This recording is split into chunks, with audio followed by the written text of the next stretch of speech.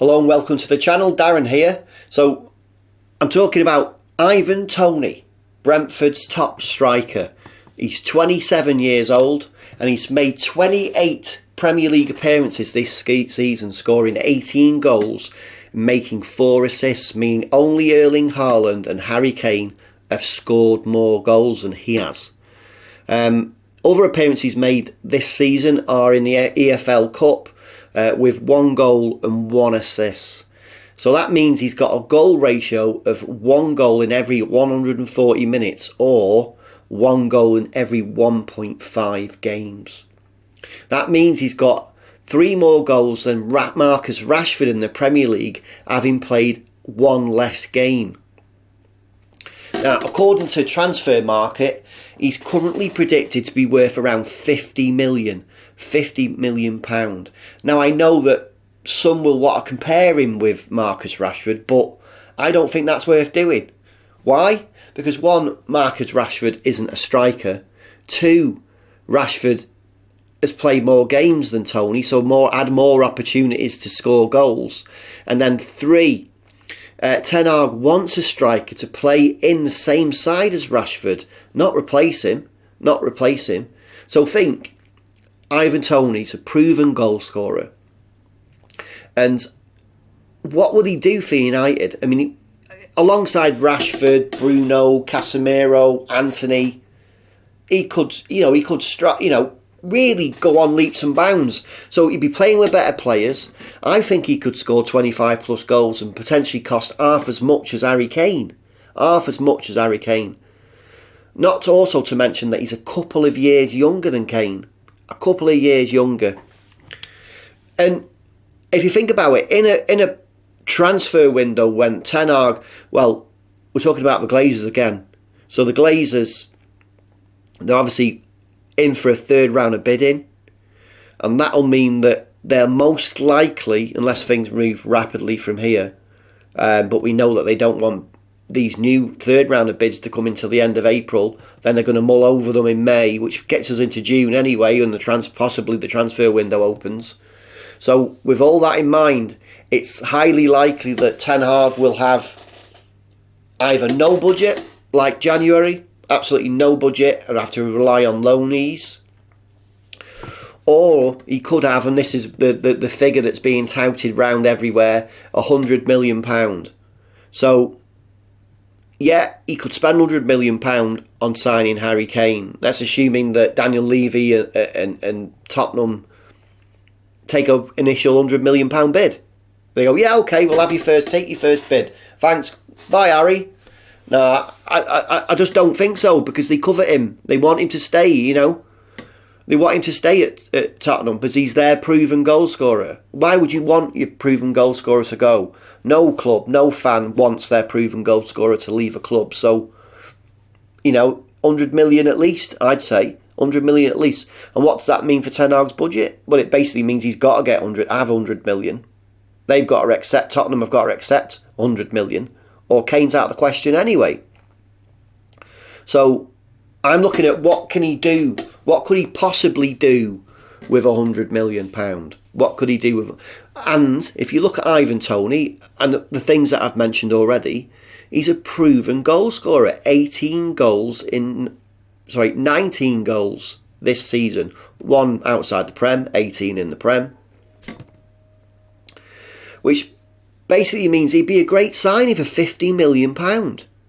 Now, there was talk a few months ago that United were in talks with Brentford to sign Toney, but a few issues have cropped up which you may know about, you may have read about, but I'll talk about that in a few minutes' time. But if you can imagine, £50 million for a proven goal scorer out of an £100 million budget obviously leaves £50 million. And that then gives Ten Hag some money to potentially buy a midfielder, a cover for either Bruno or cover for cover for Casemiro, which I think is sorely needed out of all the positions. So right back, I don't think we need anyone. Central defence, okay, let's say Maguire stays, and he carries on covering for Varane for another season. while we wait for potential new owners to take over ahead of, say, a January transfer window. I think I'm willing to put up with that for now. I'm willing to put up with that because ideally we need that striker and we need another quality midfielder. I've not quite made my mind up on whether that would be a supporting number 10 or a CDM, a number 6. I'm not 100% sure.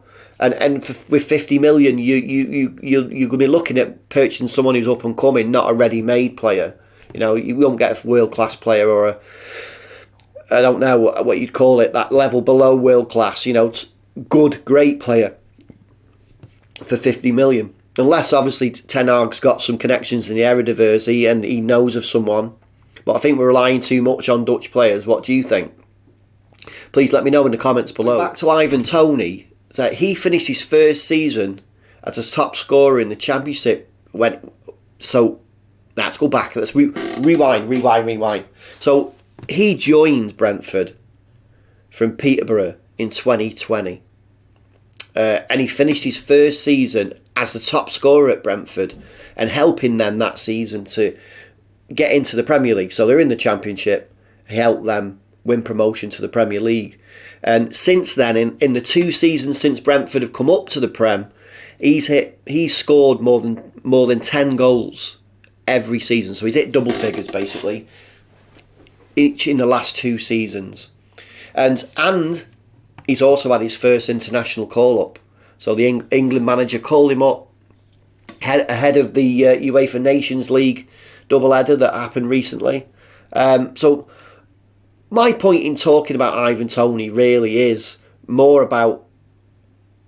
about the player really, and more about the transfer budget that Ten Hag could be dealing with.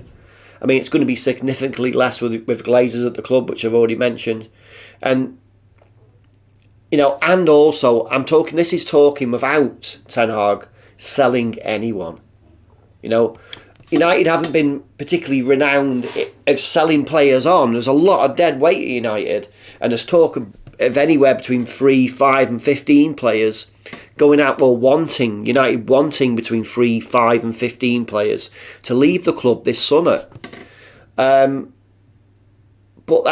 United just haven't had the footballing business acumen to get that right over the last few seasons. So I'm not sure how Ten Hag increases a budget above 100 million. And anyway, there's no guarantee that if he sells players, that money will come to him. There's just absolutely no guarantee at all. But regarding that, let's imagine he buys Toney 50 million, and then he's got 50 million left. Which other area of the pitch do you think Ten Hag should consider? Which area of the pitch? Do you think he should somehow, there's an opportunity to bring in another two players for 50 million? Could that be down to Ten Hag's links in the Eredivisie? You know, could we bring in two more Dutch players? We're not being a Dutch squad at this rate. So, but regarding Toney, there is a huge cloud hanging over him and any potential signing. And I think this is why you're not seeing so much talk about it. It is why you're not seeing so much talk about Toney in the press. And that's because of his admission of guilt of 262 betting charges that have been imposed by the FA. And it could lead to him missing a reasonable, or a lot of next season, which basically would put him, all but rule him out of any move in the transfer window. And that would mean United would have to look elsewhere, which would be really disappointing considering of all the players I know of who are proven goal scorers, Ivan Toney's value at 50 million and the fact that Brentford are willing to accept 50 million is kind of a steal. It's a steal. However, I didn't want to have this video focus on any negatives to do with the player. But he is proven in the Prem, so I thought he was just really worth talking about. And in terms of what he's been accused of, they took place, all of the accusations, all of the charges, took place before he joined Brentford in 2020. And apparently at that time, he He hadn't had a settled club for many years, and he travelled around living in hotels and whatever else comes with that. He didn't have a settled lifestyle. And some pundits have said, well, what's the difference between Ivan Toney betting on himself to score and clubs offering players bonuses for scoring goals? I mean, aren't the clubs betting on their own players? Sounds crazy, doesn't it? Well, there's a lot of kind of double standards in English football, I think. A lot of double standards. So every time Toney runs out on a pitch, he runs out with the name of Brentford's shirt sponsor slapped across his chest. Hollywood Bets. It's crazy. Hollywood Bets. The guy's been accused of breaking rules, which he's admitted. And he could get banned, even though he's carrying the Hollywood Bets signature across his chest. And also the owner of Brentford, who's Matthew Benham. He's the founder and owner of Smart Odds, which is a statistical research company for professional gamblers, which is crazy. You couldn't make it up. Yeah, I know. As I said, there's some serious double standards in English football, and I hope Ivan Toney doesn't fall foul of them. Anyway, as a player and a striker, he's proven, and the FA charges do hang over his head. And I just hope that really that can be sorted out pretty soon, because the transfer window opens in around about 6 weeks' time, and we just need to know. I think personally, if the charges are dropped, he doesn't get a lengthy ban, Ten Hag will jump on that deal, especially if he's got the money. So he'll need to make that 100 million stretch as far as he can go. Anyway, let me know what you think in the comments below. Thanks for watching the video. Please smash a like, and if you don't subscribe, please subscribe.